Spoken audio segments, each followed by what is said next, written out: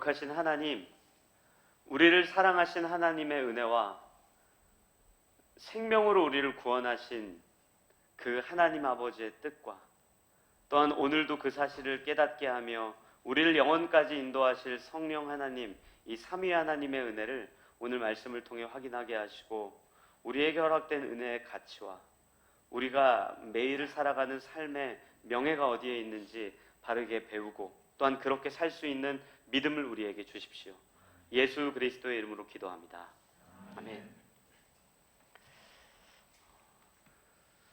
우리가 얼마 전까지 역사서 공부를 같이 했습니다. 그래서 아마 거의 대부분 다 참여하신 것으로 제가 아는데 다 이해하실 겁니다. 이스라엘의 역사를 살펴보면 굉장히 비참한 역사입니다. 솔로몬 이후에 분열 왕국이 되고 분열 왕국이 된 이후에도 굉장히 바르게 하나님을 따르지 못했던 백성들의 모습이 계속 이어집니다.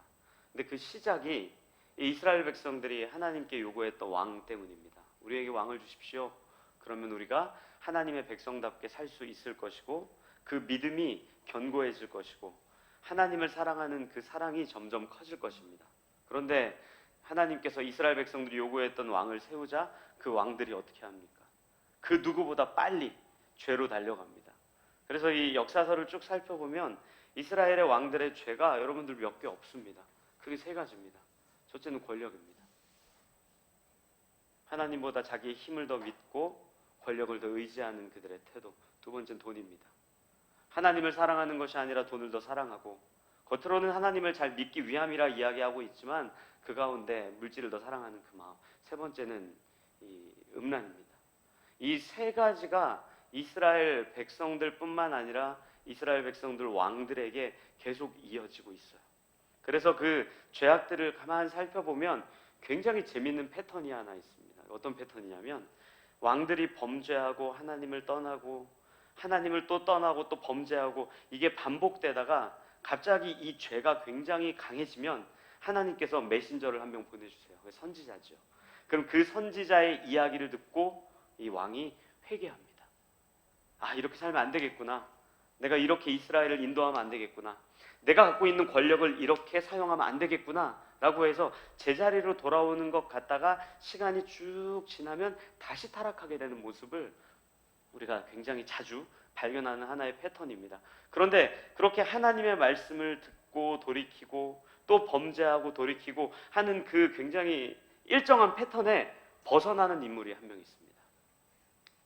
저는 꼴통이라고 부르는데 아하스라고 하는 왕입니다. 우상을 섬기고 숭배하고 분향을 하고 심지어 사랑하는 사람들을 인신제사까지 드리게 하는 게 이제 아하스 왕이에요. 이 정도면 뭐 말 다 했죠. 이스라엘 왕인데. 그런데 심지어 이사야 선지자가 아하스 왕에게 찾아와서 정신 차리십시오 라는 메시지를 전달했음에도 불구하고 들은 척도 안 합니다. 웬만한 왕들은 그런 이야기를 하면은 들은 척은 하거든요. 하나님의 말씀이구나, 회개는 그 자리에선 적어도 하거든요. 내가 그동안 얼마나 심각한 죄인이었어도 그 이야기를 들었을 때는 정신 차리는데 이 아하스 왕은 정신 차리지 않아요. 너는 나한테 얘기하십시오. 나는 내 마음대로 살겠습니다. 이게 아하스 왕이에요. 그럼 여러분들 한번 생각해 보십시오. 이 아하스 왕이 그렇게 마음대로 살고 하나님의 말씀도 듣지 않고 선지자가 이야기하든지 말든지 그가 원하는 삶 그대로 살아가고 있다면 그 가족들은 무엇을 보고 무엇을 따르겠습니까? 보통은요, 선지자가 등장해서 그에게 회개하라 이야기하고 그 왕은 회개하면은 그 가족들이 그걸 보고 아, 하나님을 바르게 따라야 되겠구나 이런 마음의 동요가 일어난단 말이에요. 그런데 이 아하스는 전혀 그렇게 살지 않아요. 조금도 움직이지 않고요, 조금도 바뀌지 않고 조금도 회개하지 않아요. 그러면 그 아들은 그대로 그 아버지를 닮아 살아가야 되는데 이 아하스가 꼴통인 것처럼 그 다음 그 아들도 악한 길로 걸어가야 하는데 마땅히 또 그렇지 않게 되는 패턴이 완전 깨지는 일이 일어나는 거예요. 이해가 되십니까? 아하스는 하나님의 말씀을 전혀 듣지 않는 방향으로 가는데 오히려 그 아들은 아버지의 꼴통, 죄송합니다, 이 군대 용어인데 꼴통 까는 모습을 보고도 그대로 따라가지 않고 전혀 반대 길로 막 간단 말이에요. 이 희한한 거죠. 분명히 아하스는 돌이켰어야 됐고 그의 아들은 돌이키지 않고 아빠랑 똑같이 살았어야 되는데 그렇게 살지 않는다고요. 그 유명한 사람이 누군지 아십니까? 히스기야입니다. 히스기야는 아빠의 모습을 봤어요. 선지자의 말도 듣지 않고 죄로 물들었던 모습을 봤다고요. 선지자 이사야가 이야기했음에도 불구하고 전혀 요동치 않는 그걸 봤어요. 그런데 희한하게 착하게 살아요. 우상을 다 회폐하고 분향했던 자리를 다 쓸어버리고 레위인과 제사장들을 다시 부르고 성전을 깨끗게 하고 이런 일들이 히스기야에게 있었던 거예요. 그런데 우리는 히스기야 그럼 뭐가 생각나죠? 히스기야가 기도했더니 하나님이 그의 병을 낫게 해주셔서 15년을 더 살게 했더라. 여러분들 이런 배경이 있은 다음에 이 히스기야 기도를 잠깐 묵상해 보십시오. 우리는 히스기야 기도를 어떻게 이해하죠? 하나님, 내가 착하게 살았으니까 낫게 해주세요. 내가 거룩하게 살았으니까 내 병 고쳐주세요. 내가 하나님 앞에 얼마나 멋지게 살았습니까? 그러니까 좀 낫게 해주셔야 되는 것이 당연한 것 아닙니까? 이렇게 이해하는데 히스기야는 이렇게 기도한 거예요. 깜짝 놀란 거예요. 하나님, 내 인생을 돌아보니까 희한한 게 한두 개가 아닙니다. 우리 아빠 모습 그대로 보고 자랐기 때문에 나도 아빠처럼 살아야 정상이거든요. 사실 그게 내 마음에 더 원하거든요. 사실 그게 더 좋아 보이거든요.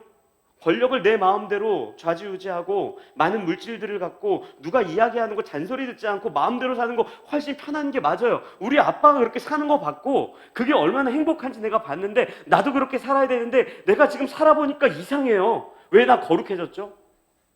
나 왜 성결해졌죠? 나 왜 하나님의 백성 나와졌죠? 아빠가 나를 그렇게 교육한 것도 아닌데 우리 가족들이 나를 그렇게 교육한 것도 아닌데 근데 돌아보니까 딱 한마디로는 정의할 수 있겠네요. 나도 모르는 사이에 하나님 당신께서 나에게 은혜를 주셔서 내가 바뀌었네요. 원래 꼴통처럼 살아야 되는데 꼴통처럼 안 살게 된 거 당신의 은혜네요. 이거 참 희한하네요. 이거 은혜로밖에 내가 설명할 길이 없네요. 그러니 꼴통과 같은 나를 은혜로 변화시켜준 것 당신의 능력이니 내 병을 낫게 하실 수 있는 분도 유일하게 당신입니다. 당신은 전능하신 분입니다. 낫게 해 주십시오. 이렇게 기도한 겁니다. 이게 히스기야가 열심히 살았다고 하나님과 딜을 하는 것처럼 보이십니까? 예배 잘 드렸더니 기도 제목 들어주십시오. 기도 많이 했더니 내 기도 들어주십시오. 헌금 한 번도 빠지지 않고 했더니 내 기도 들어주십시오. 3대째부터 기독교 집안이니 내 기도 들어주십시오.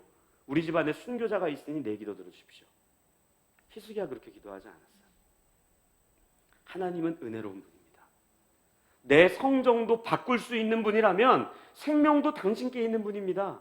오직 은혜 말고는 설명할 길이 없습니다. 라고 고백하는 것이 히스기야의 기도예요. 오늘 제가 6장 17절 마지막 구절을 여러분들에게 읽어드렸죠.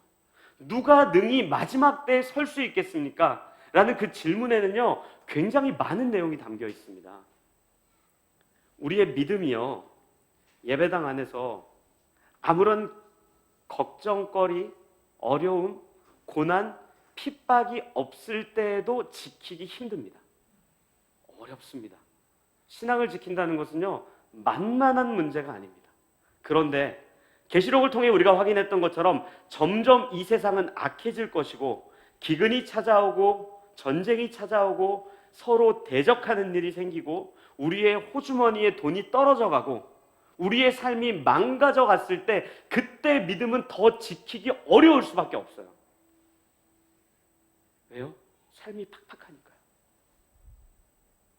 거꾸로 이야기해서 삶에 여유가 조금 있을 때는 그래도 믿음 생활 잘 할 수 있는 것처럼 보일 수는 있습니다. 그런데 삶에 문제가 많고 어려움이 내 코앞에 바로 내 인생 앞에 찾아올 때 우리는 신앙을 온전히 지킬 수 없게 돼요. 근데 오늘 요한계시록에서 그런 이야기들이 자꾸 등장하잖아요. 마지막 때가 되면은 배가 고파서 죽고 싶을 정도로 힘들 것이다. 사랑은 식어갈 것이다.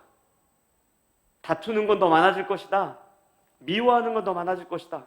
남을 걱정할 게 뭐 있냐? 나 하나 잘 먹고 잘 사는 것도 바쁜 시대인데 라는 그 시대 속에서는 점점 믿음을 지키기 어려울 텐데 대체 거기에서 누가 능히 설 수 있습니까? 라는 이 이야기 앞에 히스기야의 인생이 답이 되지 않습니까? 있습니다. 은혜를 소유한 자. 능히 설 수 있는 유일한 조건이 있습니다. 그것 은혜입니다. 6장 마지막 본문에서 그 질문을 하고 7장에서 그 대답을 하는 거예요.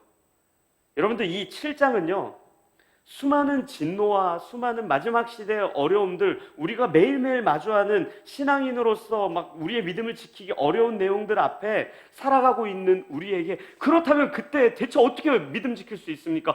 그런 사람이 세상에 어디 있습니까? 라는 그 질문에 답을 잠깐 하는 거예요. 1절부터 4절까지 무슨 내용이 기록되어 있냐면 제가 읽어드릴게요. 이렇게 기록되어 있어요. 이 일 후에 내가 내 천사가 땅 내 모퉁이에 선 것을 보니 땅의 사방의 바람을 붙잡아 바람으로 하여금 땅에나 바다에나 각종 나무에 불지 못하게 하더라.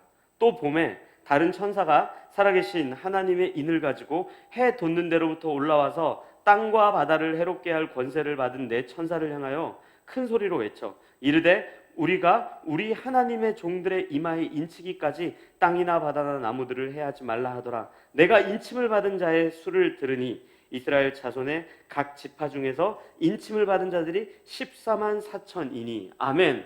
누가 능히 설 수 있다고 이야기합니까? 14만 4천 명이랍니다. 경이로운 숫자죠. 신비의 숫자이기도 하고 궁금한 숫자이기도 하고 특별한 숫자이기도 해서 이단들이 이거 갖다 많이 쓰죠. 14만 4천이 채워지지 않았을 때는 곧 있으면 14만 4천이 될 것이니 얼른 줄을 서시오. 이것이 꽉꽉 차고 나니까 그 다음 뭐라 그래요? 그것은 영적인 숫자이기 때문에 여러분들 중에 가짜가 있습니다. 그 가짜는 누구입니까? 전도를 제대로 하지 못하고 헌금을 조금 하고 여러 가지 봉사들을 조금 하는 그 사람들은 제외될 것입니다. 내가 더 이상 말은 하지 않겠습니다. 아끼겠습니다. 그 가운데 이제 경쟁이 붙는 거죠. 나중엔 어떻게 바뀌게 될지 모르겠습니다.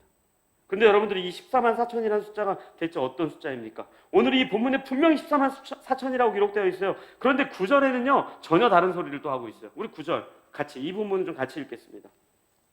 같이 읽겠습니다. 시작. 이 일 후에 내가 보니 각 나라와 족속과 백성과 방언에서 아무도 능히 셀 수 없는 큰 무리가 나와 흰옷을 입고 손에 종려가지를 들고 보좌 앞과 어린 양 앞에 서서 아멘. 분명히 14만 4천이라 그랬는데 9절엔 또 뭐라고 나와요? 능히 셀 수 없는 큰 무리래요. 그럼 대체 14만 4천입니까? 큰 무리입니까? 여러분들 이 14만 4천이라는 숫자는 정확하게 하나님께서 구원하실 백성에 대한 숫자가 아니라 굉장히 많은 무리, 하나님께서 택하신 무리, 우리가 감히 알 수 없는 그 무리, 그 백성들의 숫자에 대한 어떤 하나의 상징적인 의미이지 이것이 참으로 14만 4천이기 때문에 이 땅에 있는 성도들 중에 14만 4천 명만 구원받는다는 건 절대 아니에요. 셀 수 없다는 거예요. 능히 하나님 앞에 마지막 때에 설 수 있는 인원이 누구예요? 능히 셀 수 없는 무리.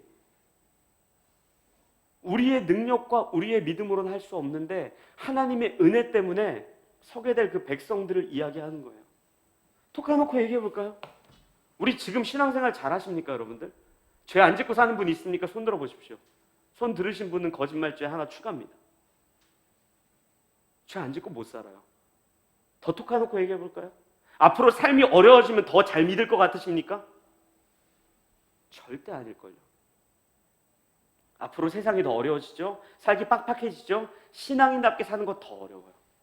그때 한 명 탈락되고 그때 또 한 명 탈락되고 그때 또 한 명 탈락되면 마지막 날에 능히 누가 설 수 있겠어요? 아무도 없어요. 한 명도 없어요. 그 이야기를 하는 게 아니라 구원이라는 것 자체가 이 오늘 말씀 9절부터 기록되어 있는 것처럼 찬양으로도 우리가 잘 아는 것처럼 구원하신다는 것은 능히 보좌에 앉으신 그 어린 양께 오직 모든 주권이 있습니다. 이 이야기를 하고 있는 거예요. 1절에 보면요. 천사들이 사방에 바람을 붙잡고 있다고 기록되어 있잖아요. 그 의미가 이런 거예요. 하나님이 부리는 수학격인 그 천사가 온 우주를 통치하는 것처럼 그 능력을 갖고 있는 그분에게 구원이 다 달려있다. 마치 히스기야가 내 믿음이 좋으니 고쳐주십시오. 이런 것이 아니라 마지막 때 우리가 능히 설 수 있는 이유, 우리가 죄를 범할지라도 하나님의 은혜가 우리 가운데 있다면, 우리가 예수 믿는 자처럼 살지 못할지라도 하나님이 우리 가운데 있다면, 하나님이 우리를 끝까지 사랑하신다면 우리 능히 그 앞에 설 수 있습니다라는 고백이 여기에 담겨 있는 거예요. 여러분들 욥기를 보면요, 사탄이 하나님께 나오잖아요. 그 뭐라 그래요? 하나님, 욥을 내가 당신과 분리시킬 수 있습니다. 이렇게 이야기해요. 어떻게? 한번 해볼까요? 해봐. 알겠습니다. 잘 보십시오. 그러고서 가족들을 빼앗아 가죠. 생명을. 재산을 다 몰수해 가죠. 그에게 고난을 주죠. 피부병을 주죠. 모든 걸 줘요. 처음에는요, 욥 믿음 잘 지킵니다. 사실 저는 그 욥 보면서 이해 안 됐어요. 저는 첫 번째에서 넘어졌을 거예요. 재산이 빼앗겼거나, 갑자기 부도가 났거나, 갑자기 내 가족 중에 한 명이 누가 죽었거나, 내 믿음 흔들릴 것 같아요. 그런데 욥 잘 지켜요. 그러다가 사랑하는 아내도 떠나고 친구들도 찾아와서 위로해준답시고 조롱하니까 그때 하나님을 저주하고요, 하나님을 원망하고요, 하나님을 떠나버려요. 그때 사탄 등장합니다. 크크크. 제가 이겼죠. 왜 이겼니? 욥이 당신을 떠났잖아요. 욥이 당신을 원망하잖아요. 욥이 당신을 저주하잖아요. 크크크. 그때 하나님 뭐라 그래요? 맞다. 욥이 나를 떠났다. 욥이 나를 원망했다. 욥이 나를 저주했다. 근데 한 가지는 틀렸다. 뭐가 틀렸냐? 나는 여전히 욥을 사랑한다. 나를 떠난 욥을 나는 끝까지 사랑할 거다. 이게 우리가 능히 설 수 있는 유일한 이유입니다. 우리 그 앞에 예배드리는 거예요. 이 찬양 속에 나와 있잖아요. 그 구원이 우리에게 없어요. 그렇기 때문에 영과 진리로 주 앞에 예배드리는 거예요. 하나님, 나는 마지막 때에 능히 설 수 없는데, 당신 앞에 설 수 있는 존재가 아닌데, 여전히 당신은 나를 사랑하시고 내일 내가 당신을 떠난다 할지라도 당신 나를 포기하지 않는다 약속하시니 내가 영과 진리로 주 앞에 나아갑니다. 이게 예배예요. 우리의 인격을 그 앞에 드리는 거예요. 세상은요, 점점 악해질 겁니다. 좋아질 것 같으십니까? 살만해질 것 같으십니까? 말도 안 되는 소리 하지 마세요. 우리 안에 사랑은요, 점점 없어질 거예요. 하나님의 은혜를 기억하는 것도요, 점점 없어질지 몰라요. 그때 우리가 끝까지 붙잡아야 되는 거, 이 하나님의 사랑이에요. 그때 수많은 무리들이 어린 양 앞에 종려나무 가지를 흔들면서 구원하심이 오직 당신께 있군요. 이거 누가 능히 설 수 있습니까? 장로님 당신 아십니까? 너 아니? 너 아니? 아니요. 오직 하나님만 알아. 그분께서 너를 위해 보혈을 흘리시고 너를 구원한 거야. 이 고백을 하는 게 오늘 이 요한계시록 7장에 있는 내용이라고요. 여러분들, 이 종려나무는요, 원래 이스라엘 백성들이 초막절에 막 흔들면서 초막을 짓던 나무예요. 초막절이란 게 뭐냐면요, 이스라엘 백성들이 애굽 땅에서 빠져나와서 가나안으로 들어가야 되는데 광야에서 40년 동안 살거든요. 근데 이 광야라는 곳이 어떤 곳이냐 하면 특별한 외부적인 요소의 도움이 없이는 절대 하루도 살 수 없는 곳입니다. 물도 없어요. 여러분들, 초장이라 그래가지고 우리가 뭐 다윗이 고백하는 푸른 초장 그래가지고 굉장히 막 멋있을 것 같죠?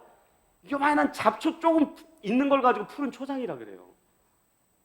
하나님이 은혜를 베풀지 않으면, 더 쉽게 이야기해서 하늘에서 만나와 메추라기를 주시고 샘물 나게 하시지 않는다면 인간이 살 수 없는 땅이 광야예요. 그래서 그 40년의 인생 동안 하나님이 먹이시고 입히시고 보호하셨다라는 고백 가운데 종려나무 가지로 집을 만들고 종려나무를 흔들면서 여기까지 올 수 있었던 거 오직 하나님의 은혜입니다. 오늘 이 요한계시록 6장 7절 본문을 그대로 번역을 하면 마치 이런 거죠. 내가 능히 설 수 있는 것 오직 하나님의 은혜입니다. 내가 한 것이 없습니다. 히스기야의 기도처럼, 주님, 내가 잘났기 때문에 내 병을 고쳐주는 것이 아니라 당신은 전능하신 분이기 때문에, 당신은 먹일 수 있고 입힐 수 있는 분이기 때문에 당신이야말로 은혜의 본질이십니다 라는 고백을 이 가운데 하고 있는 거예요. 저는 우리 라이프교회 가족이 그런 고백 앞에 날마다 서셨으면 좋겠어요. 우리의 믿음요, 그냥 후 하고 불면 날아가지 않습니까? 카드값 앞에 날아가지 않아요? 전 날아가더라고요. 당장 어려운 문제가 생기면 우리의 믿음 없어지지 않아요? 전부 다 아닌 것 같이 그렇게 앉아 계십니까? 저는 그런데. 적당히 살고 싶을 때 많잖아요. 믿음이고 뭐고 나 예수 믿는 사람인 것도 모르는데 뭐 그냥 대충 살지 뭐. 내가 주일 예배 잘 드리고 뭐 주중 예배 드리고 그러면 내가 크리스찬 됐지 뭐. 에이, 여기서 뭐 내가 성도인 거 누가 알아? 하나님이 아시지 않아요? 사람들이 여러분들의 어떤 이런 것을 점검하는 사람이 아니잖아요. 그 믿음이 바닥을 쳐도 우리를 포기하지 않겠다 말씀하시는 그 은혜가 여기에 담겨 있어요. 근데 여러분들 이 14만 4천이라는 숫자가 단순하게 우리에게 은혜만을 담아내고 있는 숫자는 아닙니다. 여기 보시면 5절부터 유다 지파 몇 명, 르우벤 지파 몇 명, 갓 지파 몇 명, 아셀 지파 몇 명, 이렇게 몇 명 쭉 나오잖아요. 뭐 몇 명이랄 것도 없이 사실 12,000명씩 12지파에서 14만 4천 명인데 이 인구 조사를 할 때 구약에서 크게 두 가지 경우가 있어요. 첫째는요, 하나님께서 이스라엘 백성들 광야 생활을 마칠 때쯤, 제가 아까 말씀드렸던 것처럼 광야에선 절대 살 수 없는 조건이라 그랬죠. 그래서 마지막 때 가나안에 들어갈 때 인구 조사를 시키세요. 왜 시키냐면 그 인구 조사를 통해서 너희들이 애굽 땅에서 빠져나왔을 그때보다 지금 훨씬 더 많이 늘어나지 않았느냐? 정상적이라면 줄어들어야 되고 인간이 살 수 없는 곳이라고 한다면 너희들 약해져야 되는데 너희들의 모습을 봐라. 너희 먹을만하고 살만하고 너희들 전쟁도 할만하고 그리고 너희 인구도 줄어들지 않았다. 그거 은혜인 거 기억해. 이게 첫 번째고요. 두 번째는 제가 오늘 본문을 여러분들에게 읽어드릴게요. 민수기에 잘 나와 있어요. 민수기 1장입니다. 1장 1절부터 4절까지입니다. 들어보세요. 이스라엘 자손이 애굽 땅에서 나온 후 둘째 해 둘째 달 첫째 날에 여호와께서 시내 광야 회막에서 모세에게 말씀하여 이르시되 너희는 이스라엘 자손의 모든 회 중 각 남자의 수를 그들의 종족과 조상의 가문에 따라 그 명수대로 계수할지니 이스라엘 중 20세 이상으로 싸움에 나갈 만한 모든 자를 너와 아론은 그 진영별로 계수하되 각 지파의 각 조상의 가문의 우두머리 한 사람씩을 너희와 함께 하게 하라. 아멘. 왜 인구조사합니까? 전쟁에 참여시키기 위해요. 그렇다면 하늘에서 왜 이 인구에 대해서 12,000명씩 계수를 하고 그 인원을 여기에 기록하고 있어요? 이 땅에 있는 크리스찬, 우리의 하나님 앞에 능히 설 수 있는 그 은혜를 소유한 우리의 존재가 다만 은혜를 기억할 뿐만 아니라 하나님의 군인으로서, 하나님의 군대로서 전쟁에 참여하는 자로 우리를 세운 거예요. 누구랑 싸웁니까? 불신자들과 싸웁니까? 안 싸워요, 우리 사람들이. 절에 다니고 성당에 다니는 사람들이랑 우리가 싸웁니까? 안 싸웁니다. 이단들과 싸웁니까? 그 수준 낮은 애들이랑 왜 싸웁니까, 우리가? 누구랑 싸워요? IS랑 싸웁니까? IS 우리 같은 사람 거들떠도 안 봐요. 라이프에 들어오지도 않아요. 다들 근데 IS만 들어와 봐라. 내가 이단만 들어와 봐라. 공산당만 들어와 봐라. 이러고 있어요. 우리가 안 들어와요. 여기 왜 들어옵니까? 우리 누구랑 싸워요? 우리 안에 내재되어 있는 죄와 싸우는 거예요. 예수 안 믿는 사람과 조금 더 틀리지 않게 살아가고 있는 죄악들. 우리 밖에 몰라서 누군가를 위해 기도조차 하지 않는 강팍한 마음과 싸우는 거라고요. 지난 한 주 동안 언론과 미디어에서 끊임없이 홍수 소식이 나왔어요. 우리 집은 안 들어왔네. 우리 교회 괜찮나? 친척들 전화해서 당신 괜찮습니까? 거기에서 멈췄다면 그것과 싸우는 겁니다. 나와 아무 상관없는 그 뉴스 기사를 보고 통곡하고 애통하는 마음이 없다면 그 마음 갖고 싸우는 거라고요. 우리 집은 아무 피해가 없고 나는 아무 피해가 없고 우리 교회는 아무 피해가 없어도 내 옆에 있는 교회가 잠겨 있다면 같이 슬퍼해야 된다고요. 여러분들 한번 여러분들의 기도 제목, 기도 리스트를 한번 점검해 보세요. 나와 우리 가족과 우리 교회를 제외한 나와 전혀 상관없는 사람을 위해 애통하고 통곡하고 기도했던 적이 언제예요? 기억이나 나십니까?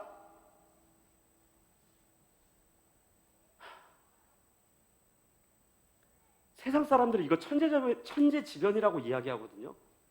우리는요, 우리가 애통해야 될 기도 제목이라고 생각해야 돼요.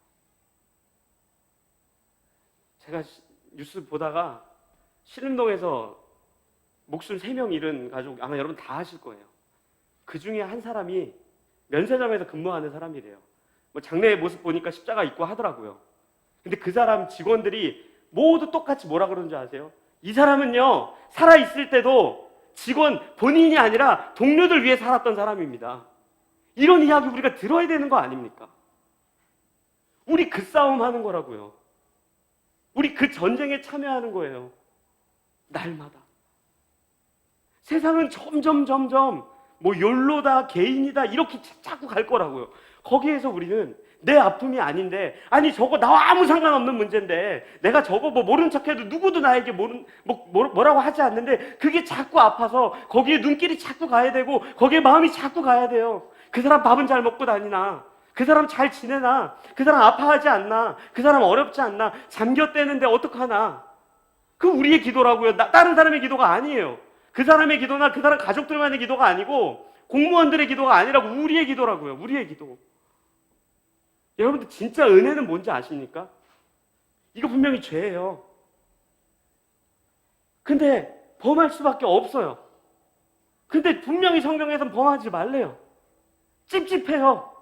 이것만 하면은 내가 조금 더 괜찮은 삶을 살 수 있는데 때로는요, 그래서 그 죄를 선택할 때도 있어요. 근데 찝찝해요. 밑 안 닦은 것처럼 그 상태예요. 그 상태. 그게 은혜가 있는, 보호하는 그 순간이 그게 믿음이 있는 상태라고요. 매일을 찝찝하게 살아가는 거 있죠? 그거 우리가 날마다 우리 마음으로 겪어야 될 상태라고요.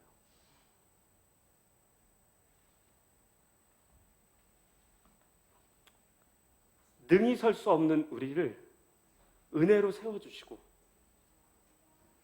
전혀 싸우지 않고 죄와 갈등 겪지 않고 그냥저냥 대충만 살아도 지금도 괜찮은 크리스천인 것 같은데 라고 살고 있는 우리를 능히 서서 그 굳건한 말씀 위에 서서 그 전쟁하게 우리를 날마다 이끄시고 밀어가시는 하나님의 사랑이 여기에 고스란히 담겨 있어요. 바울이 그 이야기를 디모데에게도 한번 하고요, 골로새 교회 성도들에게도 전합니다. 제가 그 부분을 읽어드릴게요.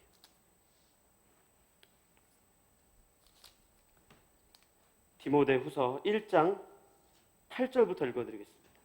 그러므로 너는 내가 우리 주를 증언함과 또는 주를 위하여 갇힌 자 된 나를 부끄러워하지 말고 오직 하나님의 능력을 따라 복음과 함께 고난을 받으라. 하나님이 우리를 구원하사 거룩하신 소명으로 부르심은 우리의 행위대로 하심이 아니요 오직 자기의 뜻과 영원 전부터 그리스도 예수 안에서 우리에게 주신 은혜대로 하심이라. 이제는 우리 구주 그리스도 예수의 나타나심으로 말미암아 나타났으니 그는 사망을 패하시고 복음으로써 생명과 썩지 아니할 것을 드러내신지라. 내가 이 복음을 위하여 선포자와 사도와 교사로 세우심을 입어노라. 이로 말미암아 내가 또 이 고난을 받되 부끄러워하지 아니함은 내가 믿는 자를 내가 알고 또한 내가 의탁한 것을 그날까지 그가 능히 지키실 줄을 확신함이라. 아멘. 그분께서 능히 그것을 지키신대요. 또 골로새 교회 성도들에게는 이렇게 이야기합니다. 골로새서 4장 10절부터 읽어드리겠습니다. 나와 함께 갇힌 아리스다고와 바나바의 생질 마가와 이 마가에 대하여 너희가 명을 받았음에 그가 이르거든 영접하라. 유스도라 하는 예수도 너희에게 문안하느니라. 그들은 할레파이나 이들만은 하나님의 나라를 위하여 함께 역사하는 자들이니 이런 사람들이 나의 위로가 되었느니라. 그리스도 예수의 종인 너희에게서 온 에바브라가 너희에게 문안하느니라. 그가 항상 너희를 위하여 애써 기도하여 너희로 하나님의 모든 뜻 가운데서 완전하고 확신 있게 서기를 구하나니. 아멘. 여기서 하나님의 완전하고 확신 있게 하나님의 뜻 가운데 서다라고 할 때 이 히스템이라고 하는 단어가 계시록에 기록된 그 단어예요. 우리에게 거기에 서 있으래요. 하나님의 은혜를 기억하는 자로, 하나님께서 그 은혜 때문에 우리를 세웠다면 우리는 또한 그 하나님의 완전하신 뜻과 계획에 반드시 서서 우리를 부르신 그 하나님의 뜻과 목적에 맞게 굳건히 서서 흔들리지 않고 그 길을 살아가려는 거예요. 우리에게 주어진 은혜는 그냥 거저 주는 것이 아니에요. 주님께서 우리를 사랑하시기 때문에 본문에도 기록되어 있는 것처럼 어린 양의 피로 말미암아 우리를 구원하셨습니다. 그렇다면 우리는 그 구원의 은혜를 아는 자답게 매일을 살아가야 돼요. 제가 여러분들에게 성도답게 매일을 살아가십시오라고 하는 그 단어가, 그 문장이 자꾸 예배 잘 드리고 이런 걸로만 여러분들 가지 않으셨으면 좋겠어요. 예배 잘 드리는 거 맞아요. 기본입니다. 교회를 위해 봉사하고 헌신하는 거, 그거 좋은 일이에요. 하지만 그것이 전부는 아니에요. 세상은 아무도 자기의 것을 베풀고 나누고 헌신하며 살고자 하지 않습니다. 내일이 아니면 그것에 대해서 통곡하며 우는 사람 별로 없습니다. 그런데 예수를 믿는 우리는 그렇게 살아야 돼요. 점점 세상은 악해질 것이고 점점 세상은 자기 자신만을 위할 것인데, 그때 우리가 하나님의 은혜 위에 꼿꼿하게 서서 세상 모든 사람들의 아픔을 우리가 다 품을 수는 없겠지만 적어도 우리 주위에 아파하고 있는 사람이 있다면, 적어도 여기저기에서 슬픈 일들, 고통당하는 일들이 보인다면 그것 우리의 일로 여기고 우리 함께 기도하면서 그 마지막 때에 정말 신자답게, 부름받은 군인답게, 교회답게 살아가야죠. 전 우리 라이프교회 가족들이 이 설교를 들었으면 이제 알아듣셨을 텐데, 찝찝하게 매일을 사십시오. 찝찝하게 사는 겁니다. 죄 앞에서 이러지도 못하고 저러지도 못하고 갈팡질팡하는 그 마음 매일 갖고 사십시오. 불편하게 주 앞에, 그러면 그 불편함과 그 찝찝함이 주께서 우리에게 진정한 평강으로, 기쁨으로, 뿌듯함으로, 명예로 바꿔주실 거예요. 우리 그렇게 같이 오늘 기도했으면 좋겠어요. 첫째는 주님, 내가 나를 능히 세워주시는 그 은혜 기억하며 살게 해주십시오. 그리고 두 번째는요, 우리 주위의 아픔을 내가 모른 척하고 살지 않고 내가 늘 기억하며 그 사람을 위해 중보하며 정말 애끓는 심정으로 통곡하며 기도하는 그런 교회 되게 해주십시오. 이 두 가지를 가지고요 같이 기도하도록 하겠습니다. 기도하시겠습니다.